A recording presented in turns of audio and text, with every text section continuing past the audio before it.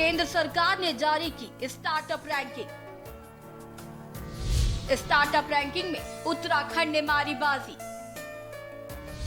Aspiring leader श्रेणी में उत्तराखंड का स्थान। केंद्रीय मंत्री पीयूष गोयल ने भी उत्तराखंड की तारीफ की। स्टार्टअप के लिए किए जा रहे प्रयासों को भी सराहा। राज्यों के भीतर विकास का माहौल बना। उभरती श्रेणी से आकांक्षी श्रेणी में उत्तराखंड।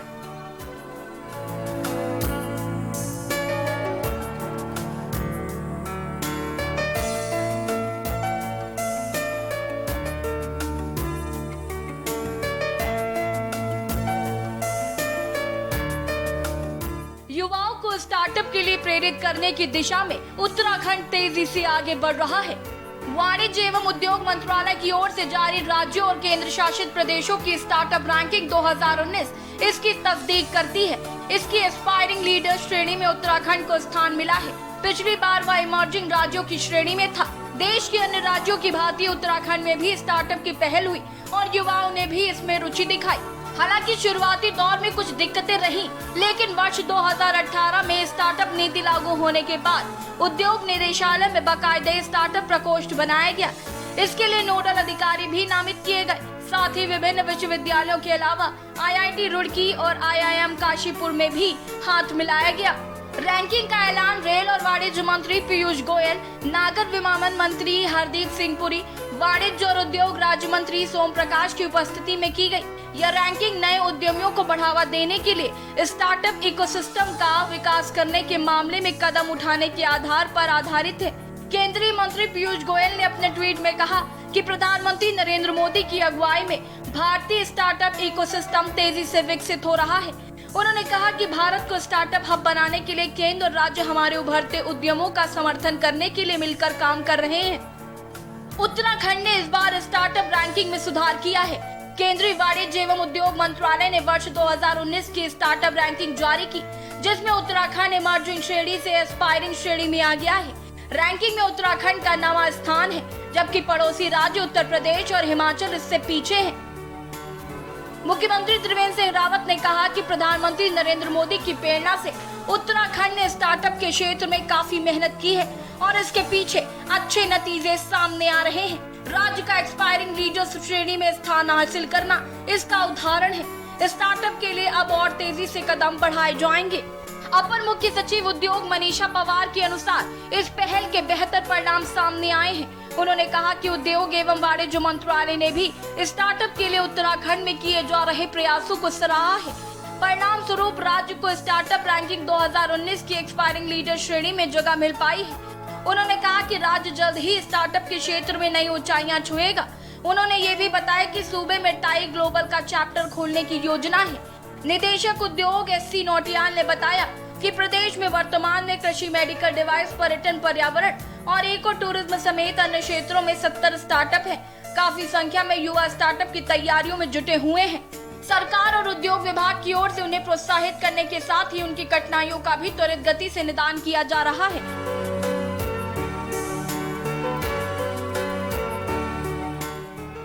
डेस्क रिपोर्ट के न्यूज इंडिया।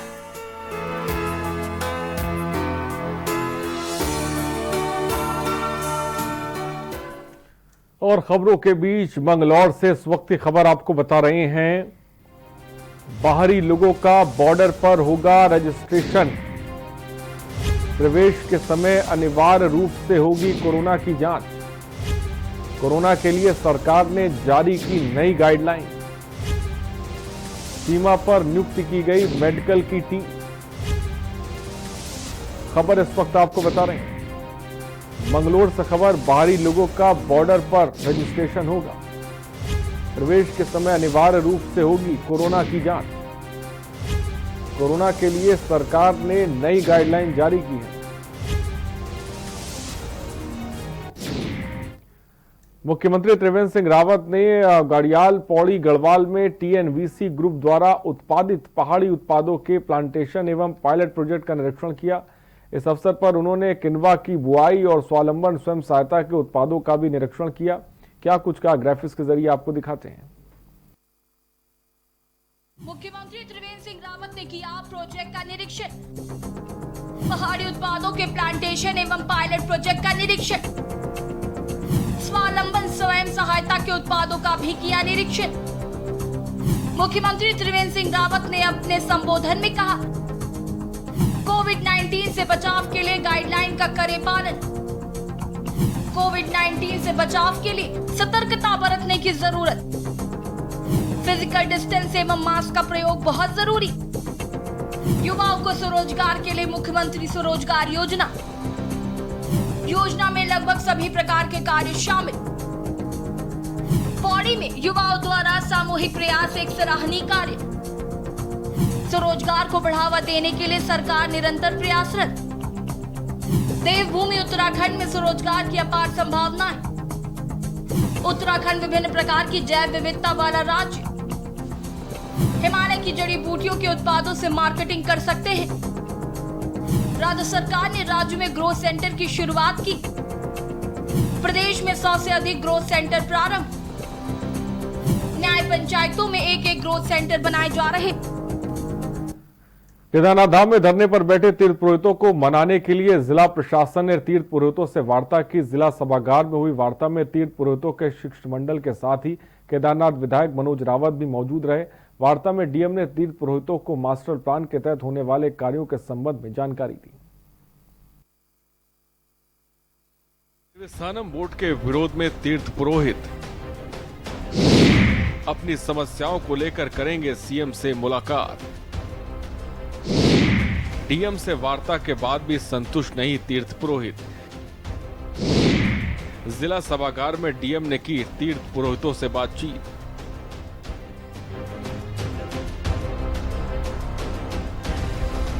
केदारनाथ धाम में धरने पर बैठे तीर्थ पुरोहितों को मनाने के लिए जिला प्रशासन ने तीर्थ पुरोहितों से वार्ता की। जिला सभागार में हुई वार्ता में तीर्थ पुरोहितों के शिष्टमंडल के साथ ही केदारनाथ विधायक मनोज रावत भी मौजूद रहे। वार्ता में डीएम ने तीर्थ पुरोहितों को मास्टर प्लान के तहत होने वाले कार्यों के संबंध में बताया। जिला कार्यालय सभागार में डीएम ने तीर्थ पुरोहितों की समस्याओं को सुना और उनकी भ्रांतियों को दूर किया। जिलाधिकारी ने वार्ता के दौरान तीर्थ पुरोहितों को आश्वस्त किया कि सरकार द्वारा तीर्थ पुरोहितों के लगभग 128 भवनों का निर्माण किया जाना था, जिसमें से वर्तमान में 41 भवनों का निर्माण कार्य पूरा हुआ है। जल्द ही अवशेष भवनों का निर्माण कार्य पूर्ण कर तीर्थ पुरोहितों को हैंडओवर कर दिया जाएगा। वर्तमान के दौरान डीएम ने तीर्थ पुरोहितों को बताया था कि धाम में मास्टर प्लान प्रस्तावित है और प्रस्तावित मास्टर प्लान में यात्रियों की सुविधा और तीर्थ पुरोहितों की सुविधा को देखते हुए विभिन्न प्रकार की परिसंपत्तियों का निर्माण शासकीय भूमि में प्रस्तावित है। में से तीर्थ पुरोहितों के द्वारा केदारनाथ में जो गवर्नमेंट के वर्क्स हैं उनके विरुद्ध कुछ प्रकार के धरना प्रदर्शन इत्यादि के कार्यक्रम किए जा रहे थे, जिनमें 2 चरणों में पूर्व में मेरी वार्ता तीर्थ पुरोहितों के प्रतिनिधियों के साथ हो चुकी थी। आज हम लोगों ने प्रयास किया कि मास्टर प्लान के संबंध में मुख्य रूप से जो विरोध तीर्थ पुरोहित कर रहे हैं उनके प्रतिनिधियों को मास्टर प्लान में जो जनोपयोगी परिसंपत्तियों का निर्माण किया जाना है उनके विषय में जानकारी दी जाए। लंबे समय से स्थानीय जनप्रतिनिधियों की भी ये डिमांड थी कि जो भी कार्य केदारनाथ धाम में गवर्नमेंट की तरफ से डेवलपमेंट के कराए जा रहे हैं उनके विषय में उनको जानकारी दी जाए। जिलाधिकारी ने बताया कि मास्टर प्लान का तात्पर्य है कि विकास कार्यों को नियोजित तरीके से किया जाए। पुरोहितों की समय समय पर केदारपुरी के सौंदर्यीकरण, यात्रियों की आवश्यकताओं और अन्य आवश्यकता और भोग मंडी, पुजारी आवास, ईशानेश्वर मंदिर निर्माण, अस्पताल, घंटा आदि निर्माण कार्यों को ही मास्टर प्लान की अधिसूचना जारी करने के बाद शुरू किया जाएगा। इस संबंध में जिलाधिकारी ने बताया कि सरकारी अनुबंधों के अनुरूप उनके भवनों का निर्माण कार्य और अन्य कार्य किए जाएंगे। बता दें कि केदारनाथ में बीते 3 मार्च से तीर्थ पुरोहित मास्टर प्लान और देवस्थानम बोर्ड के विरोध में आंदोलन कर रहे हैं। तीर्थ पुरोहितों के जिला अधिकारी से हुई वार्ता के बाद हालांकि तीर्थ पुरोहितों ने आंदोलन समाप्त करने का फैसला नहीं लिया, लेकिन ये निर्णय जरूर लिया गया कि केदारनाथ विधायक के नेतृत्व में जल्द तीर्थ पुरोहितों का शिष्टमंडल मुख्यमंत्री त्रिवेंद्र सिंह रावत से मुलाकात करने देहरादून जाएगा। रुद्रप्रयाग से के न्यूज के लिए रोहित डमरी की रिपोर्ट। डोईवाला के लच्छीवाला वन रेंज के अंतर्गत वन विभाग की भूमि पर बसे तमाम गांव के लोगों को उम्मीद जगी कि उनका घर और मकान भी राजस्व ग्राम के एरिया में आ जाएगा।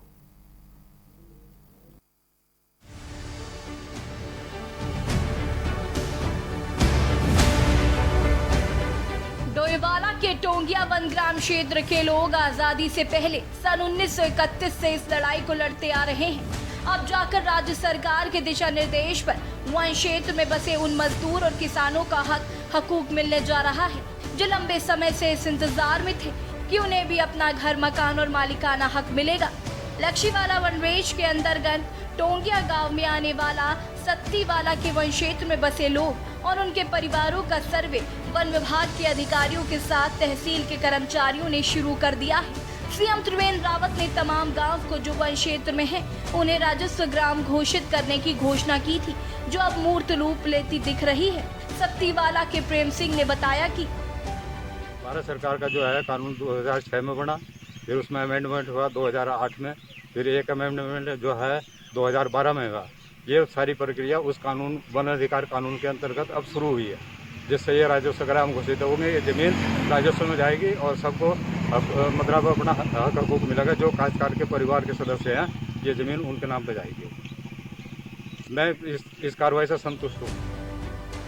उधर सत्तीवाला वन क्षेत्र में रह रहे लोगों की जानकारी जुटाने पहुंचे क्षेत्र के वन अधिकारी नरेंद्र नेगी ने बताया, टोंगिया ग्राम में है, इनकी जनसंख्या यहाँ पे कितनी है ना, राजस्व ग्राम के लिए आगे की प्रक्रिया है, तो उसमें यहाँ पे जितनी भी जनसंख्या है टोंगिया ग्राम में रह रहे हैं लोगों की, उनकी काउंटिंग है, उनकी लिस्ट बन रही है। क्या होगा ये, किस लिए है कार्रवाई? ये समय समय पे होता रहता है। हमारे तो विभाग से ऊपर से आदेश होते हैं कि टोंगिया ग्राम में कितने लोग रह रहे हैं, उनकी जनसंख्या कितनी है, वो अपनी रिपोर्ट भेजते रहते हैं। तो वो रिपोर्ट आगे वो किसी भी काम आ सकती है, शासन में जाए या राजस्व के लिए जाए, ये जो प्रक्रिया होती है उसके लिए है। मुख्यमंत्री त्रिवेंद्र सिंह रावत डोईवाला के विधायक भी हैं, इसलिए डोईवाला के विकास को जहां गति देकर इसे आदर्श विधानसभा बनाने में त्रिवेंद्र जुटे हुए हैं, तो वहीं डोईवाला विधानसभा में वन क्षेत्र में लंबे समय से निवास कर रहे मजदूर और किसानों को वन क्षेत्र से हटाकर राजस्व ग्राम में लाने की कवायद में भी शासन प्रशासन जुट गया है। देखिए, वन क्षेत्र में रहने वाले लोगों की ये बहुत लंबे समय से मांग चली आ रही थी और ये समय समय पर ये मामला उठाया जाता रहा। और जब माननीय मुख्यमंत्री त्रिवेंद्र सिंह रावत जी के संज्ञान में ये आया तो उन्होंने इस पर वर्क करना शुरू किया और उसको देखते हुए मैं समझता हूँ कि अभी उन्होंने प्रथम चरण में 7 गांवों को राजस्व ग्राम घोषित करने और उनको उनके मूल अधिकार देने की जो बात कही है, उस पर जल्दी ही उसको मूर्त रूप दिया जा रहा है। सीएम के इस कदम से वन क्षेत्र में रह रहे लोगों को अब आशा की किरण भी नजर आने लगी है और उम्मीद जता रहे हैं कि अगर सब कुछ सही हुआ तो बहुत जल्द ही वन क्षेत्र में रह रहे लोगों को भी हक हकूक मिलेगा और तमाम समस्याओं का भी अंत हो जाएगा। इसलिए अब देखने वाली बात होगी कि सीएम वन क्षेत्र के गांव को कब तक राजस्व ग्राम घोषित कर लोगों के 90 साल से चली आ रही समस्या का अंत कर राहत देंगे। डोईवाला से के न्यूज के लिए राजकुमार अग्रवाल की रिपोर्ट। रुकते हैं एक ब्रेक के लिए, जल्द हाजिर होंगे।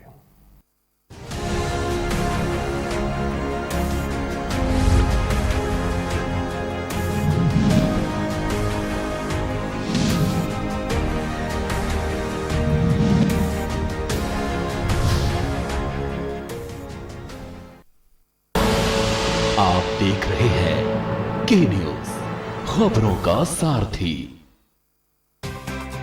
आईपीएल पान मसाला, इसमें है शिमोगा की मशहूर सुपारी, केरल के बागों से इलायची, सोलन के जंगलों से उत्पादित शुद्ध कत्था, असली फूलों की खुशबू और प्योर चंदन के तेल से निर्मित 0% निकोटीन, 0% टोबैको युक्त आईपीएल पान मसाला।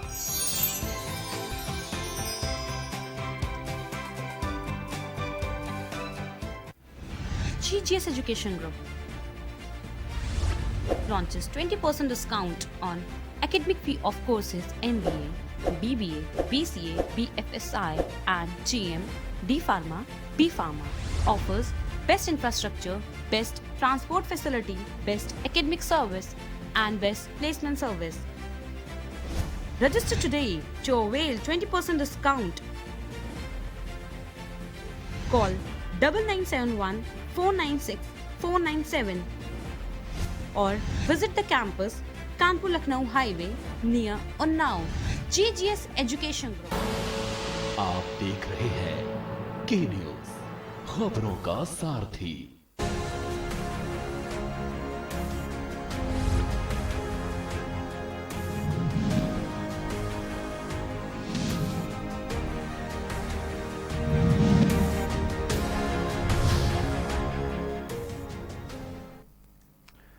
ब्रेक के बाद आपका स्वागत है। नैनीताल के कुछ युवाओं ने नगर के पर्यटक स्थलों के जंगलों को स्वच्छ और सुंदर बनाने का बीड़ा उठाया है। इसी के तहत कुछ छात्र छात्राओं द्वारा बड़े स्तर पर सफाई अभियान चलाया जा रहा है। स्वच्छता अभियान के तहत आज सामाजिक दूरी का पालन करते हुए पर्यटन स्थल हिमाचल दर्शन के पास से 50 किलो कूड़ा निकाला, जिसमें ज्यादातर शराब की बोतलें और प्लास्टिक के रैपर्स निकाले। उन्होंने कहा कि जंगलों में प्लास्टिक और कांच की बोतलें फेंकने से पर्यावरण को नुकसान होने के साथ ही फूटी कांच की बोतल जानवर घायल कर रहे हैं और बीमार हो सकते हैं। जंगल सफाई अभियान के सदस्यों ने बताया कि पिछले कई सालों से पर्यावरण के स्वच्छता कार्यक्रम चला रहे हैं और कूड़े में सबसे ज्यादा मात्रा में प्लास्टिक कचरा, थर्मोकोल प्लेट, प्लास्टिक गिलास, प्लास्टिक बोतलें और इस प्रकार का कूड़ा ज्यादा है।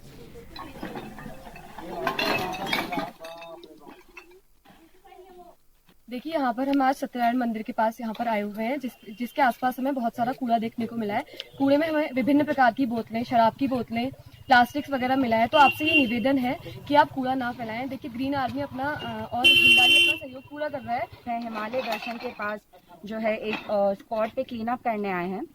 जैसा कि आप जानते हैं, नैनीताल एक टूरिस्ट शहर है और इस बीच कोरोना के कारण टूरिस्ट आए नहीं, बट आप जैसा देख सकते हैं हमारे पीछे जो है क्लीन अप हमारी चली है, उसमें काफ़ी सारा कूड़ा निकला है, करीब 60-50 किलो तो निकला ही होगा। आज हम यहाँ पे पंगोड़ रोड में सत्यनारायण मंदिर के पास आए हैं।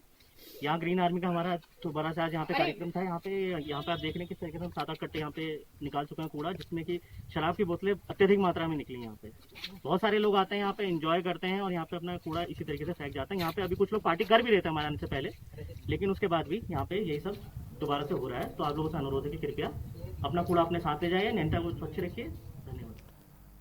नगर पालिका अध्यक्ष अनुपमा रावत ने सीओ बड़कोट को पत्र लिखकर कहा कि नगर क्षेत्र में पुलिस द्वारा दुपहिया वाहन वाले लोगों को बार बार परेशान किया जा रहा है, जो कि इस कोरोना काल में उचित नहीं है।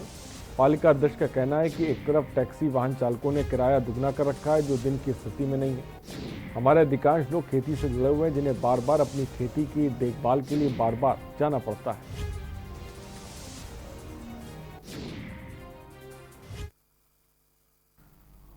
और खबर भाजपुर से, जहां एक तरफ लगातार बढ़ रहे कोरोना वायरस संक्रमण को देखते हुए विधानसभा सत्र को वर्चुअल चलाने पर सरकार विचार कर रही है, तो वहीं उत्तराखंड सरकार के कैबिनेट मंत्री अरविंद पांडे ने कहा कि विधायक और कैबिनेट मंत्री कोरोना वायरस को फैलाने का जरिया न बनाए।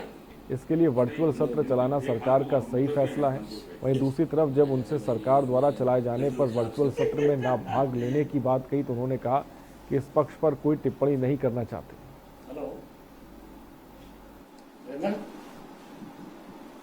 एडमिशन का ना वो चिट्ठी लिखा था मैंने, तो अभी तुम्हें ये पेटीएम बोल रहा है, अमित को बोल देना। वैश्विक महामारी कोरोना के चलते कुमाऊं मंडल विकास निगम के द्वारा संचालित किए जाने वाले खनन, पर्यटक आवास गृह, पेट्रोल पंप, रोपवे संचालन से शुरू होने वाली आय ठप होने से अब तक 35 से 40 करोड़ रुपए के राजस्व का घाटा उठाना पड़ा है। कुमाऊं मंडल के महाप्रबंधक अशोक जोशी ने बताया कि कोविड-19 के चलते कुमाऊं भर के पर्यटक आवास गृह, रोपवे, खनन सहित कैलाश मानसरोवर यात्रा बंद हो गई है और पर्यटक आवास गृहों में बुकिंग कैंसिल होने से 10 से 12 करोड़ रुपए का नुकसान उठाना पड़ा है। कोविड काल में निगम के खर्चे चलाने में मुश्किल आ रही है। देखिए, अगर टोटल में बात की जाए तो कुमाऊं मंडल विकास निगम पर्यटन के साथ साथ अन्य कई सेक्टर में काम करता है। खनन में हम काम करते हैं, पर्यटन में काम करते हैं, निर्माण में काम करते हैं, गैस एजेंसी में काम करते हैं। तो वर्तमान में केवल और केवल गैस से हमें इनकम आय प्राप्त हो रही है और उसी से निगम के खर्चे बमुश्किल चल रहे हैं। हमें करीब हमारी 10-12 करोड़ रुपया तो हमें, जो हमारे टूरिस्ट थे जिनने बुकिंग की थी, उनकी बुकिंग कैंसिल हुई कोरोना की वजह से, तो वो वापस करना पड़ा। खबर मंगलौर से, जहां ज्वाइंट मजिस्ट्रेट नमामि बंसल ने कस्बे के मेन बाजार में अवैध रूप से निर्माणाधीन 3 मंजिला दुकान को सील कर दिया। आपको बता दें कि बाजार में पिछले कई दिनों से एक दुकान का अवैध रूप से निर्माण किया जा रहा था, जिसका विकास प्राधिकरण ने नोटिस भी काट दिया है, लेकिन उसके बावजूद दुकान मालिक तेजी से निर्माण किए जा रहे हैं।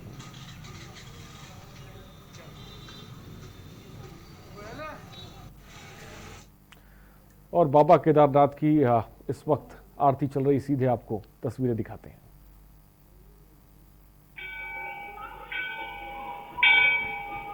अरे भैया,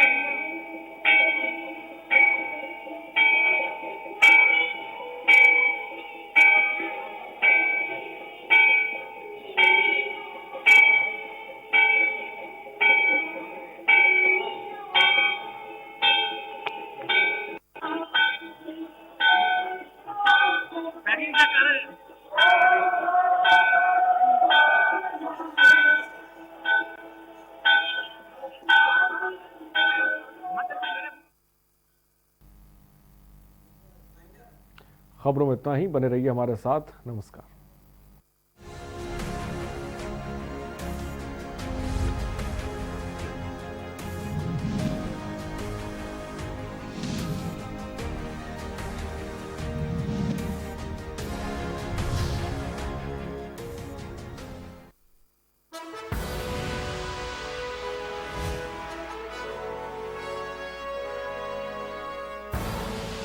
आप देख रहे हैं के न्यूज, खबरों का सारथी।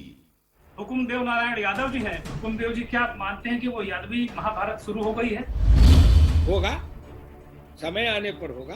नहीं, अभी शुरू नहीं हुई है। नरेंद्र मोदी जी के नेतृत्व में क्या शुरू नहीं हो गई है? प्रक्रिया शुरू हो रही है। उसको जरूरत है, उसको सरकारी सुविधाएं नहीं मिल रही है। उसके आगे लिख दिया जा रहा है कि 20 एकड़ का मालिक है। तो भी पूरे बिहार का तो भी भगवान ही मालिक है। हुकुमदेव नारायण यादव जिस गांव में जन्म लिया, स्वतंत्रता सेनानियों का गांव, मैंने लिखा बिहार सरकार को भी कि आप मेरे गांव में चल करके देखिए कि मेरे गांव में 60% से अधिक परिवार है जिनके घर में शौचालय नहीं है। क्यों?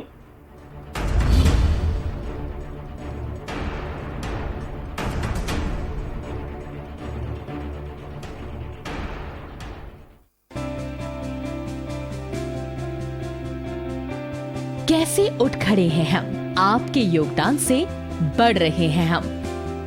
मुश्किलों के दौर में भी खुद पर निर्भर हैं, स्वास्थ्य सर्वोपरि कर योद्धा से लड़ रहे हैं हम। नव भारत की ताकत बन रहे हैं हम। इन चुनौतियों में भी रुका नहीं विकास, डट कर खड़े रहे रक्षक हमारे, पूरी हो रही है जीतने की आस। आत्मनिर्भर भारत बना रहे हैं हम, आपके योगदान से बढ़ रहे हैं हम।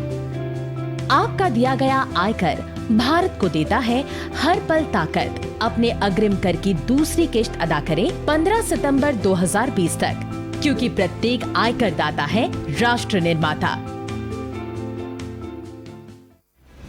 GGS Education Group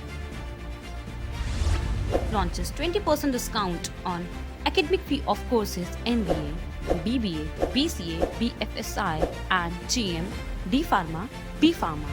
Offers best infrastructure, best transport facility, best academic service and best placement service. Register today to avail 20% discount. Call 9971 496 497 or visit the campus Kanpur Lucknow Highway near Unnao. GGS Education Group. खुदी को आजमाया है तो ये अंदाज आया है, खुदी को आजमाया है तो ये अंदाज आया है। तुम में भी मैं हूँ, शुद्ध प्लस पान मसाला।